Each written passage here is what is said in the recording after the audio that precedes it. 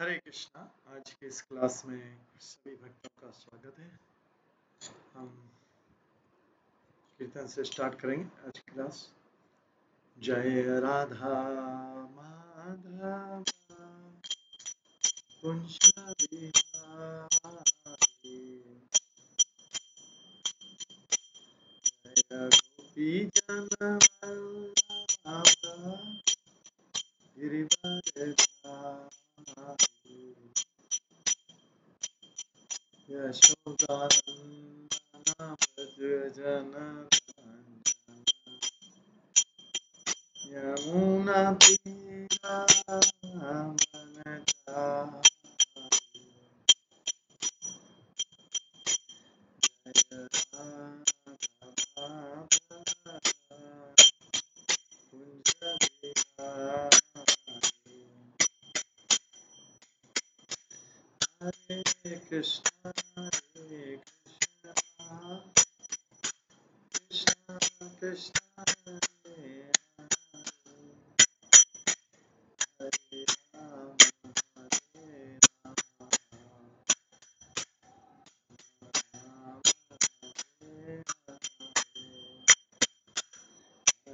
हरे कृष्ण कृष्ण हरे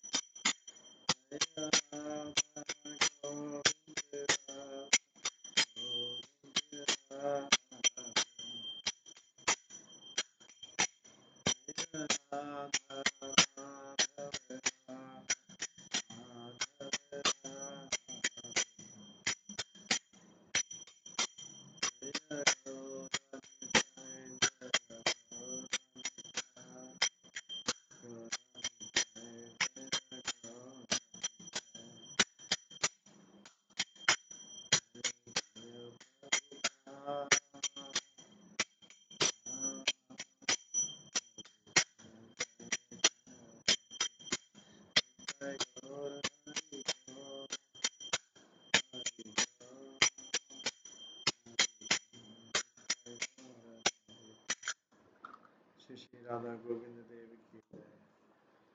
श्री जगन्नाथ बलदेव सुभद्रा महारानी की जय। श्री गौर निताय की जय। श्री प्रभुपाद की जय। सभी भक्तगणों की जय। हरे कृष्णा। आज की इस गर्ग संहिता क्लास में सभी भक्तों का स्वागत है। कल हम श्रवण कर रहे थे श्री गर्ग संहिता के तीसरे स्कंद के 7वें अध्याय से गिरिराज का वर्णन आया था, जिसमें गिरिराज का वर्णन आया था उसी के आगे हम सुनेंगे।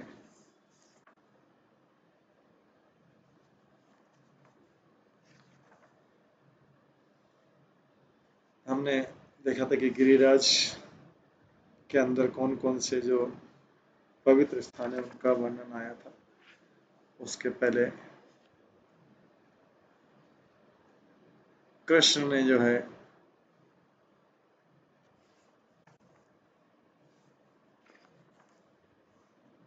कृष्ण के अलग अलग वर्णन आया था। गिरिराज का बर्थ का हमने सुना था। उसके बाद गिरिराज की महिमा का वर्णन सुना था।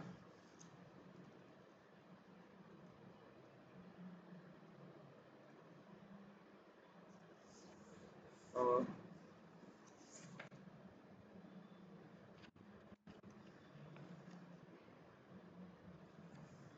फिर आज हम सुनेंगे गिरिराज का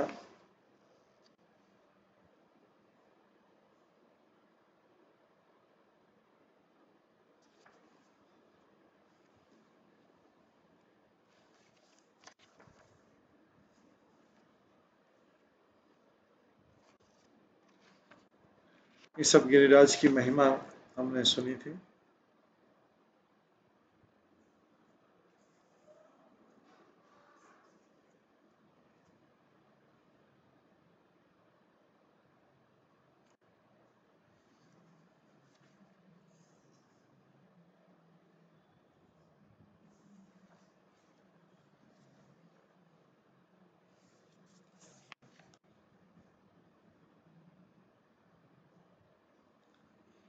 गिरिराज के जो पवित्र स्थान है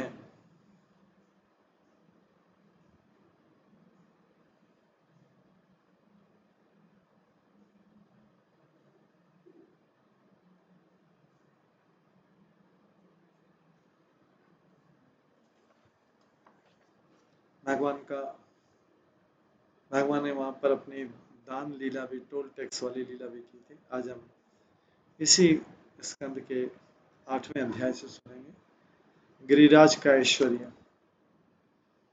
तो बहुलाश और राजा बहुलाश और नारद मुनि के बीच वार्तालाप चल रहा है।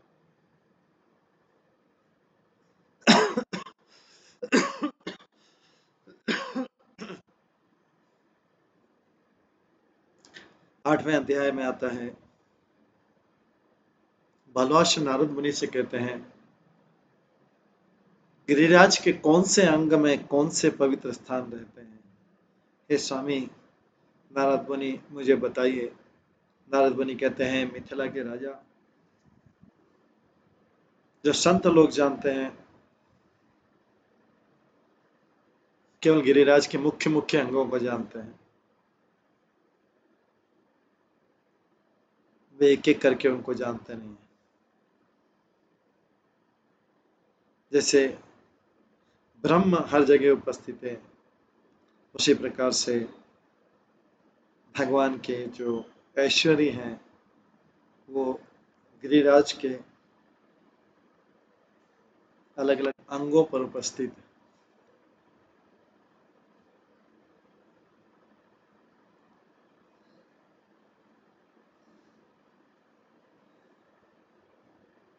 अब मैं उसको एक के बाद एक बताऊंगा। नारद मुनि कहते हैं, श्रृंगार मंडल के नीचे गोवर्धन पर्वत का मुख है, जहां पर भगवान और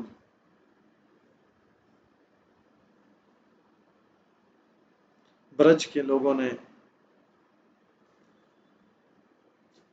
भोजन का एक पर्वत बनाया है। मानसी गंगा जो है गोवर्धन पर्वत की आंखें हैं। चंद्र सरोवर गोवर्धन पर्वत का नाक है। गोविंद कुंड उसके होठ हैं।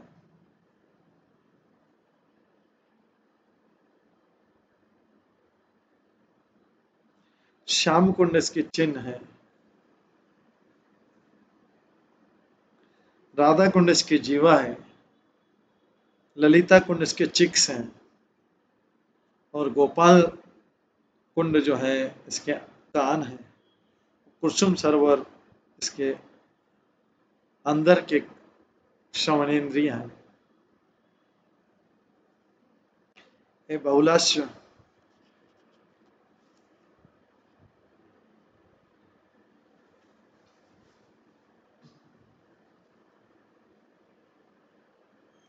हे मिथिला के राजा,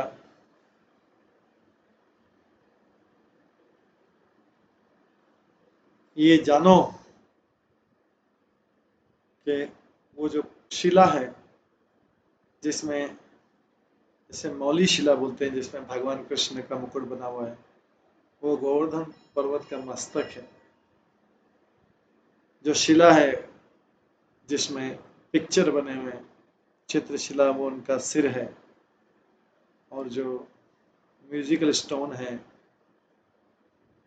वादिनी शिला, वो उनका गला है। कंदू का तीर्थ उनकी दो साइड है। आशीषा तीर्थ उनका कमर है। द्रोण तीर्थ इनका बैक है, पीठ है। और लौकिक तीर्थ उनका पेट है, बेली। कदम खंड उनका वक्षस्थल है। और श्रृंगार मंडल उनका जीवन है, प्राण। हे कृष्ण, कृष्ण के जो पद चिन्ह हैं गोवर्धन नील के, वो गोवर्धन का हृदय है। भगवान कृष्ण के हाथों के चिन्ह जो है वो गोवर्धन पर्वत की बुद्धि है। और जो ऐरावत आती है उसके जो पद चिन्ह है उनके चरण कमल है। सुरभि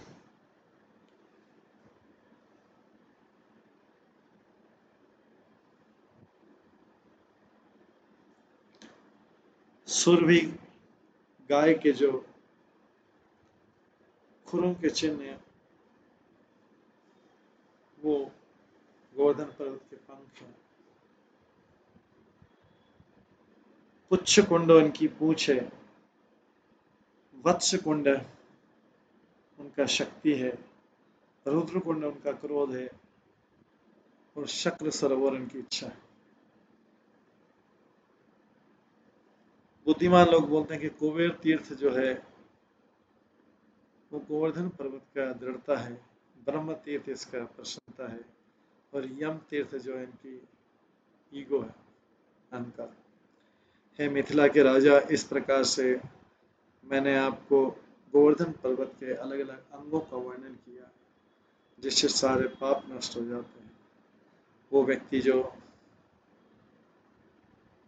गोवर्धन पर्वत की महिमा और उनके ऐश्वर्य को श्रवण करता है वो सभी लोगों में श्रेष्ठ हो जाता है और गोलोक वृंदावन को जाता है, जो परम धाम, जो बड़े बड़े योगी भी प्राप्त नहीं कर पाते। गोवर्धन पर्वत का दर्शन करके, वो गोवर्धन पर्वत जो भगवान कृष्ण के, हरि के वक्षस्थल से प्रकट हुआ था, उसका दर्शन करके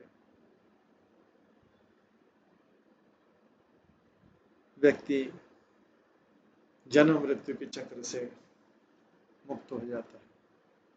ये गोवर्धन पर्वत का ऐश्वर्य का वर्णन। अब 9वें अध्याय में गोवर्धन पर्वत का उत्पत्ति कैसे हुई, ये पहले भी हम श्रवण कर चुके हैं, लेकिन अभी फिर से श्रवण करेंगे कि गोवर्धन पर्वत की उत्पत्ति कैसे हुई। 9वें अध्याय में आता है कि राजा बहुलाश्व थे। वो कहते हैं कि गोवर्धन पर्वत जो है भगवान कृष्ण को बहुत प्रिय है। ये पर्वतों का राजा है। इस ब्रह्मांड में, इस पृथ्वी में कोई भी स्थान इसके बराबर पवित्र नहीं है। नारद मुनि कहते हैं, हे भद्र राजा,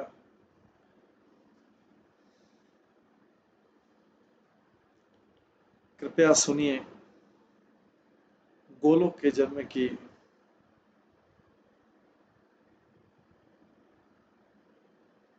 ये जो आध्यात्मिक लीला से श्री कृष्ण जो है पूर्ण पुरुषोत्तम भगवान है, जिनका कोई आदि नहीं, कोई अंत नहीं है, वो पूर्ण है और सिद्ध है, वो सारे ऐश्वर्य के मालिक है। वो तीनों गुणों से ऊपर है, वो भौतिक पदार्थ से ऊपर है।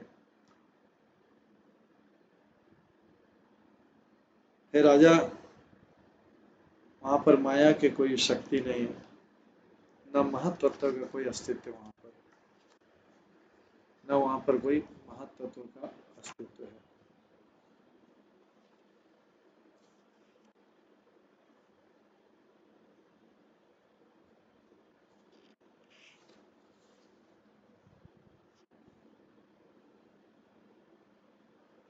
हे राजा, जो भौतिक हृदय, भौतिक बुद्धि, भौतिक मन और मिथ्या अहंकार है, वहां पे प्रवेश नहीं कर सकते। उनके अपने धाम में भगवान पूर्ण पुरुषोत्तम भगवान जिनका रूप पूरी तरह से आध्यात्मिक है, उनको विस्तार करने की इच्छा हुई, इसलिए उन्होंने अनंत शेष का रूप धारण किया, जिनकी सफेद रंग की कुंडली में जो बैठते हैं वाइट।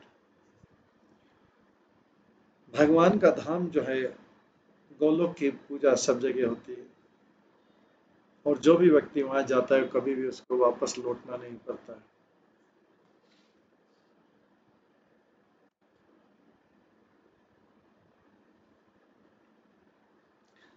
गंगा नदी जो 3 लोकों से बहती है, वो भगवान कृष्ण के चरण कमलों से निकली हुई है, जो कि अनंत ब्रह्मांडों के स्वामी हैं और गोलोक के आध्यात्मिक क्षेत्र के शासक हैं। हे राजा, नारद मुनि कह रहे हैं, यमुना जो सभी नदियों में श्रेष्ठ है, जिन्होंने एक जिन्होंने साफा पहना है, टर्बन, और जिनके ऊपर कई कमल के आभूषण हैं, वो भगवान के बाएं कंधे से उत्पन्न हुई थी। जो रास डांस का सर्कल है, गोल्ड ज्वेल का बना हुआ और कई आभूषणों से, वो भगवान कृष्ण के पायजे से निकला हुआ है।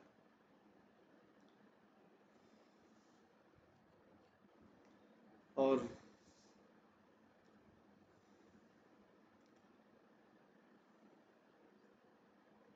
सभागृहों से, आंगनों से, रास्तों से, पेविलियन से, मयूरों से, भवनों से, कोयलों से भरे हुए जो झरने हैं और जो कई झीलें हैं, ये गोवर्धन ये जो गोवर्धन पर्वत में सब भगवान कृष्ण की पैरों से निकले, टांगों से निकले। हे राजा, वृंदावन जो सारे वनों में श्रेष्ठ है, वो भगवान कृष्ण के घुटनों से निकला हुआ है। और लैला सरोवर जो है,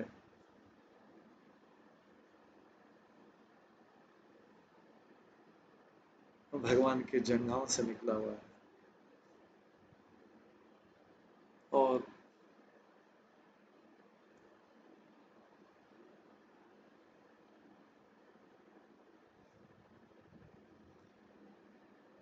स्वर्ण का स्थान, जिसमें कई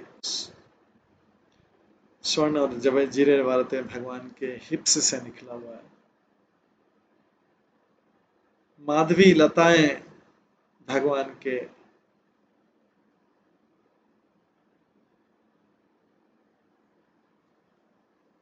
पेट के आसपास जो बाल हैं उनसे निकला हुआ है। ये लताएं जो है अलग अलग, माधवी लताएं जो अलग अलग पक्षियों से भरी हुई है और भवनों से है, कई पुष्पों और फ्रूट से भरी हुई, वो इस प्रकार झुकाई देती हैं जैसे कई संत कन्याएं।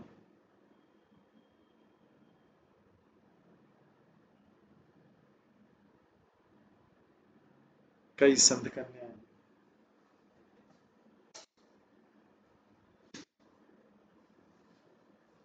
भगवान के नाभि कमल से कई हजारों कमल प्रकट होते हैं। वे शोभा पाते हैं बहुत ऐश्वर्य के साथ भगवान कृष्ण के आध्यात्मिक धाम गोलोक में।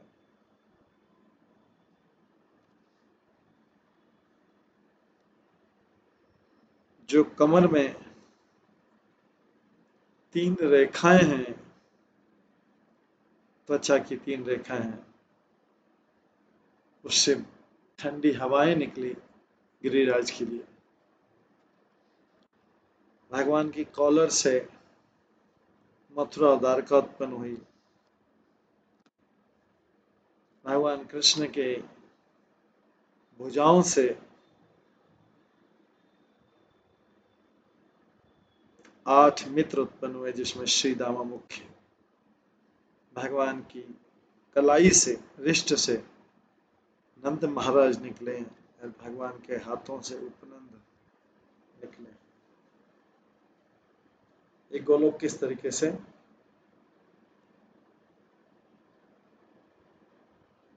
प्रकट हुआ, इसके बारे में वर्णन कर रहे हैं। है राजा कृष्ण के कंधों, शोल्डर ब्लेड से सारे वृषभानु उत्पन्न हुए। कृष्ण के शरीर के बालों से सारे गोप उत्पन्न हुए। भगवान कृष्ण के मन से गाय और बैल उत्पन्न हुए हैं, जो धर्म को संभालने वाले हैं। कृष्ण की बुद्धि से घास, पौधे और औषधियां उत्पन्न हुई। भगवान कृष्ण के लेफ्ट शोल्डर से, बाएं कंधे से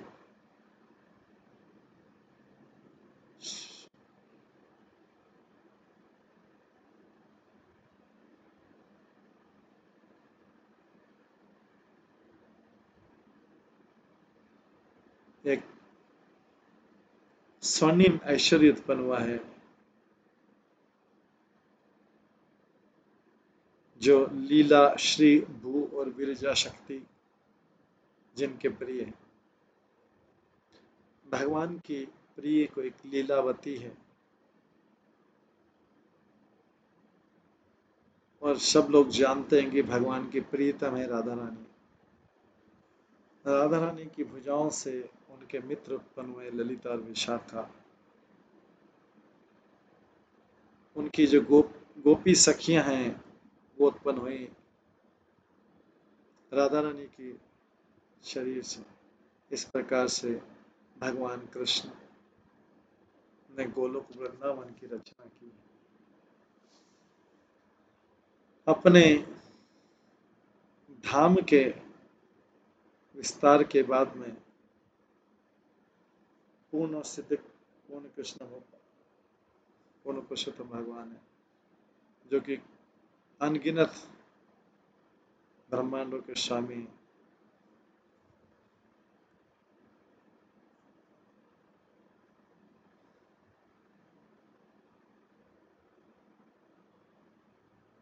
वे वहां पे विराजमान है, महिमा के साथ में राधा की कंपनी में, राधा रानी की सिंगिंग। एक दिन ब्यूटीफुल राज सर्कल में, जिसमें घुंघरू की आवाज आती है और जिसके आंगन जो है मोतियों से और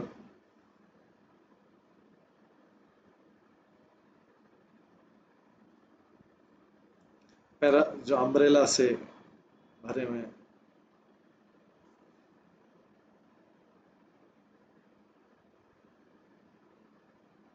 वहां पर मालती की सुगंधित लताएं, अमृत रूपी हनी है।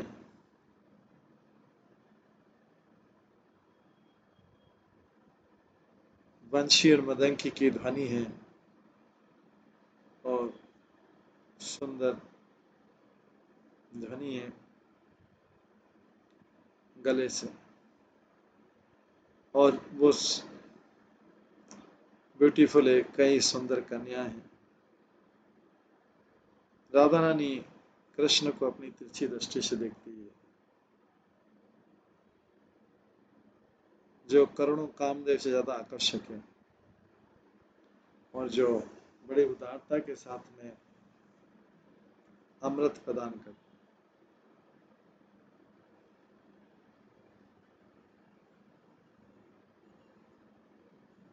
उस समय राधा रानी कृष्ण से कहती है, हे तीनों लोकों के नाथ, आप मेरे प्रेम से प्रसन्न हैं इस रास मंडल में। अगर आप मेरे प्रेम से प्रसन्न हैं इस रास मंडल में, तो मेरे हृदय में एक अभिलाषा है, मैं आपके सामने रखना चाहती हूँ। श्री राधा रानी कहती, तो पूर्ण पुरुषोत्तम भगवान कहते हैं, हे गोप कन्या, सुंदर जगहों वाली गोप कन्या, जो भी तुम्हारे हृदय में इच्छा है वो बोलो।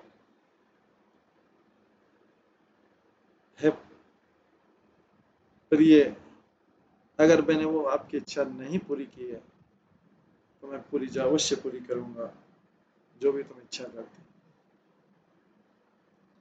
राधा रानी कहती है, वृंदावन के ऐश्वर्यपूर्ण वन में एक सुंदर और एकांत स्थान में यमुना के किनारे एक ऐसा स्थान बनाइए जिसमें हम रास लीला कर सकें। हे ईश्वरों के ईश्वर, ये मेरी इच्छा है। नारद मुनि कहते हैं, ठीक है, ऐसा ही हो। भगवान ने ध्यान किया, अपनी कमल रूपी आंखों से उन्होंने अपने हृदय के अंदर देखा। जब राधा रानी और गोपियां उनको देख रही थी, कृष्ण का जो प्रेम है अग्नि और जल के रूप में उनके हृदय से बाहर आया। जैसे भूमि से कोई बीज अंकुरित होता है और वो रास सर्कल के जो भूमि है उस पर फैल गया, और वो जो प्रेम था वो एक पर्वत के समान बन गया, जिसमें कई गुफाएं थी और कई झरने थे, और जो कदम और बकुल वृक्षों से सजा हुआ था, और अशोक वन से। और यहाँ पर कई पुष्प लताएं थी।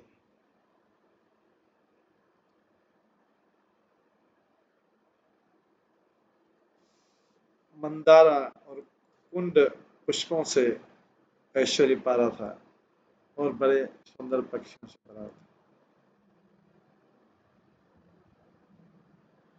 हे विदेह के राजा, एक क्षण में वही पर्वत 8 लाख मील चौड़ा और 8 करोड़ मील लंबा हो गया। वो एक दूसरे आनंद शेष के समान लग रहा था, और ये 4 करोड़ मील ऊंचा था नित्य रूप से। एक बड़े हाथी के समान था, विशाल हाथी, और इसके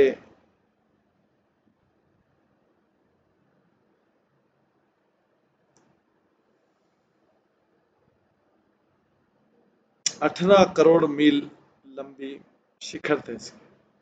ये बहुलाश्रम, ये एक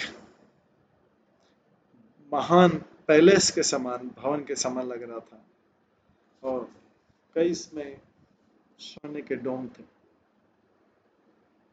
कई लोग इसको गोवर्धन पर्वत बोलते हैं, और कई लोग इसे शतशृंग मतलब 100 शिखर है उसको बोलते हैं। ये जो पर्वत है ये इतना विस्तारित किया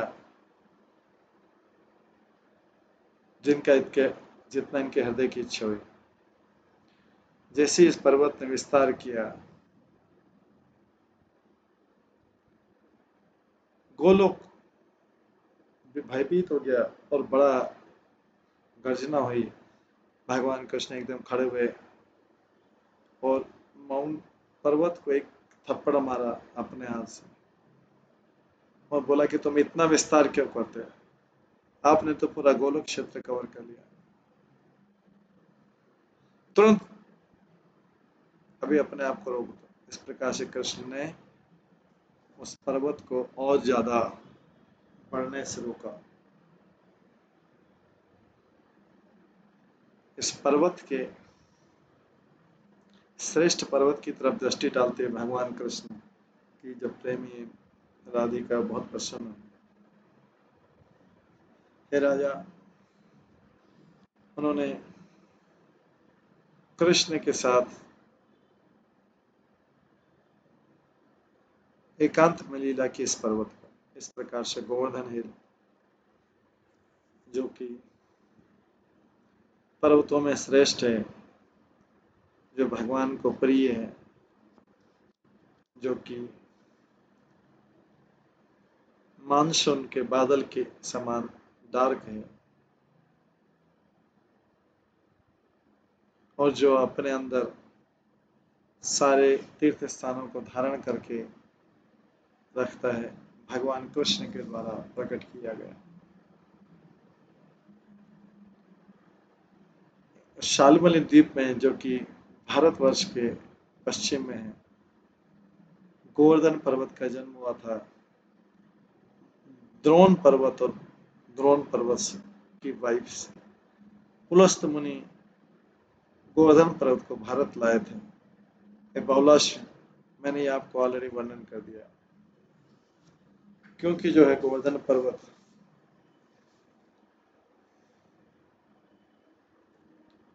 असीमित रूप से विस्तार करने के लिए बहुत उत्सुक था। भगवान कृष्ण ने उसको शाप दिलाया अगस्त मुनि से, जैसे धीरे धीरे बढ़े।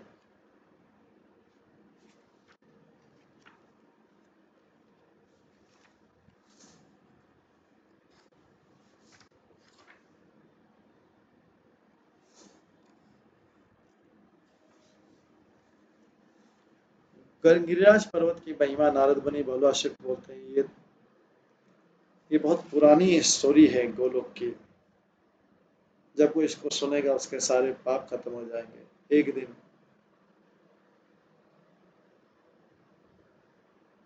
अपने पूर्वजों का पितरों का ऋण खत्म करने के लिए ब्राह्मण जिसका नाम था विजय मथुरा में गया, उस स्थान पर जहाँ जो सारे पापों को नष्ट कर देता।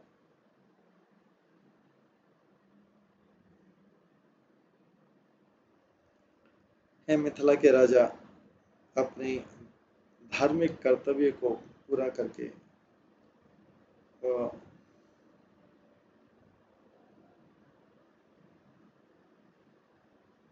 ब्राह्मण गोवर्धन पर्वत पर गया और वहां से एक शिला उठाई और बहुत आराम से चल के वो एक जंगल से दूसरे जंगल में गया और ब्रजमंडल को फाइनली ब्रजमंडल से बाहर चला गया। उस समय उसने देखा कि एक भयानक राक्षस जो है उसकी तरफ आ रहा है। उस राक्षस के 3 सिर थे, 3 वक्षस्थल थे, 6 भुजाएं थी, 6 टांगे थी, 3 हाथ थे, बहुत बड़े उसके होंठ थे और बहुत बड़ा नाक था। उसके हाथ जो है हवा में थे और उसकी 7 हाथ लंबी जीवा थी जो आगे पीछे चल रही थी और उसके जो शरीर के जो बाल थे वो कांटों के गुच्छे जैसे थे। उसकी आंखें लाल थी।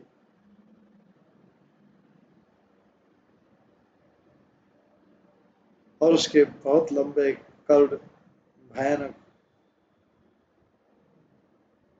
दंत थे। हे राजा, उस ब्राह्मण को खाने की इच्छा से जो भयानक वो असुर था, राक्षस था, वो ब्राह्मण के पास गया। अपने हाथ में जो गोवर्धन था, ब्राह्मण ने उस असुर को मारा। गोवर्धन पर के पत्थर मारने से असुर ने शरीर त्याग दिया। और उसी समय वो सुंदर श्याम रूप में कमल जैसी आंखों से और श्वेत पीतांबर वस्त्रों में, गले में वनमाला पहने हुए, क्राउन पहने हुए, ईयरिंग्स पहने हुए, हाथों में एक बांसुरी और स्टिक था, दूसरे कामदेव के समान लग रहा था। और उसके जो फीचर थे भगवान कृष्ण जैसे लग रहे थे। और हाथ जोड़कर उसने ब्राह्मण के सामने झुककर प्रणाम किया बार बार। उस मुक्त आत्मा ने कहा, ओ ब्राह्मणों में श्रेष्ठ, तुम दूसरों की मुक्ति के लिए काम करते हुए भद्र पुरुष, आपने मुझे राक्षस की योनि से बचाया। अब मेरा तो भाग्य सफल हो गया। उस पत्थर के स्पर्श से आपने ही मेरे उद्धार किया, और कोई नहीं कर सकता। ब्राह्मण बोला, मैं तो आपके शब्दों से आश्चर्यचकित हूँ। मेरे पास तो आपको उद्धार करने की कोई शक्ति नहीं आई। तो मेरे को तो पता नहीं कैसे के इस पत्थर के स्पर्श से ये हो गया। हे संत, मुझे बताइए कैसे होगा। मुक्त आत्मा कहती है, वो महिमा मंडित गोवर्धन पर्वत जो पर्वतों का राजा है, वो कृष्ण का एक रूप है। केवल उनका दर्शन करने से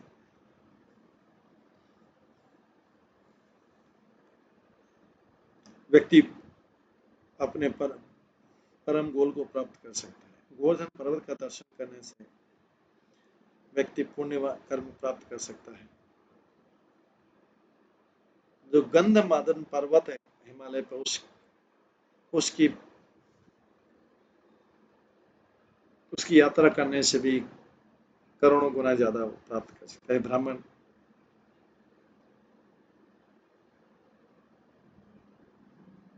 वही फल जो 5,000 साल पहले केदार पर्वत पर तपस्या करने से प्राप्त होता था, वो एक क्षण में गोवर्धन पर्वत से प्राप्त हो जाता है। गोवर्धन पर्वत के पास एक महीने रहने से व्यक्ति को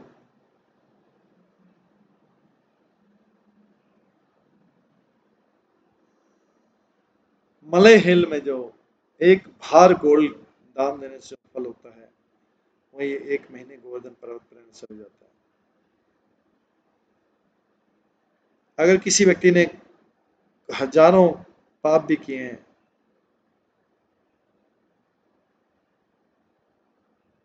व्यक्ति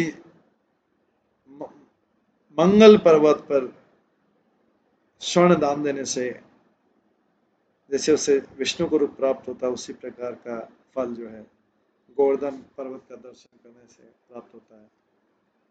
कोई भी पर्वत इतना पवित्र नहीं जितना गोवर्धन पर्वत।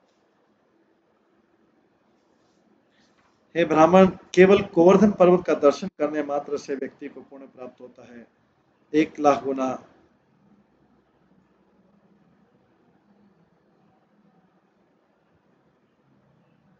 ऋषभ, कुटक और कोलक पर्वत पे अगर उसने कई ब्राह्मणों की पूजा की और उनको 1 करोड़ गाय दान में दी हो, जिनके सोने के मड़े उसेंगे, तो उससे भी ज्यादा प्राप्त होता है। गोवर्धन पर्वत को परिक्रमा करने से व्यक्ति को 1 करोड़ गुना ज्यादा पुण्य प्राप्त होता है स्यमुक या देवगिरी पर्वत पर यात्रा करने से। वहां पे कभी भी या फ्यूचर में कभी भी ऐसा कोई पवित्र स्थान होगा। 10 साल तक विंध्य विद्याधर कुंड में स्नान करने से जो श्रीशैल पर्वत पे व्यक्ति 100 यज्ञ का फल प्राप्त करता है, लेकिन गोवर्धन पर्वत पुच्छ कुंड में एक बार स्नान करने से व्यक्ति 1 करोड़ यज्ञ का फल प्राप्त कर लेता है। इसमें कोई संशय नहीं है। जो व्यक्ति वेंकट वरिधर महेंद्र पर्वत और विंध्य पर्वत पर एक अश्वमेध करता है, वो राजा इंद्र की पोजीशन प्राप्त करता है।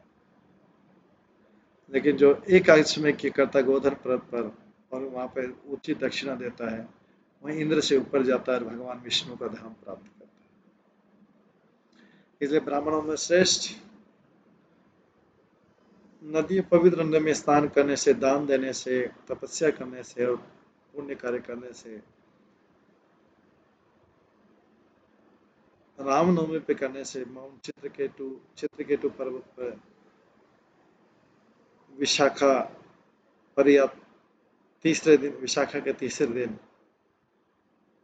और कुकुर पर्वत के चांदनी पे द्वादशी के दिन नील पर्वत पर, सप्तमी के दिन इंद्रकिला पर्वत पर जो फल प्राप्त होता है वही चित जो है उसका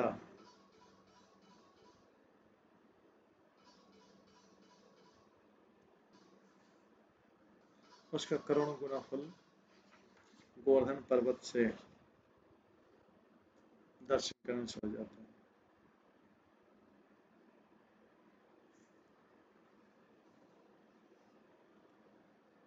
जो व्यक्ति भगवान कृष्ण के बारे में सोचते हुए गोवर्धन पर्वत पे जो गोविंद पर्वत है उसमें स्नान करता है, वो भगवान कृष्ण जैसा आध्यात्मिक रूप प्राप्त करता है। हे मिथिला के राजा, इसमें कोई संशय नहीं है। ना तो हजारों अश्वमेध यज्ञ, ना सैकड़ों या यज्ञ उतने प्रभावशाली है जितना गोवर्धन पर्वत में मानस गंगा में दर्शन करने से। हे ब्राह्मण, तुमने तो गोवर्धन पर्वत को डायरेक्टली टच कर लिया, स्पर्श कर लिया। ये ब्राह्मण कह रहा है उस राक्षस जो अभी ब्राह्मण बन, तुमने तो सभी पवित्र नदियों में स्नान कर लिया इस संसार में, तुमसे ज्यादा भाग्यशाली कोई नहीं। अगर तुम मेरे शब्दों पर विश्वास नहीं करते हो तो उस पापी व्यक्ति की सुनो,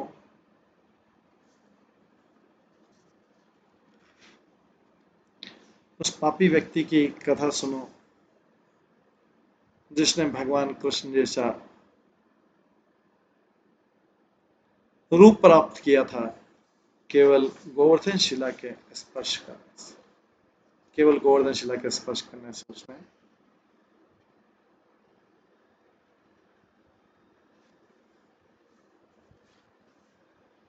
रूप प्राप्त किया था।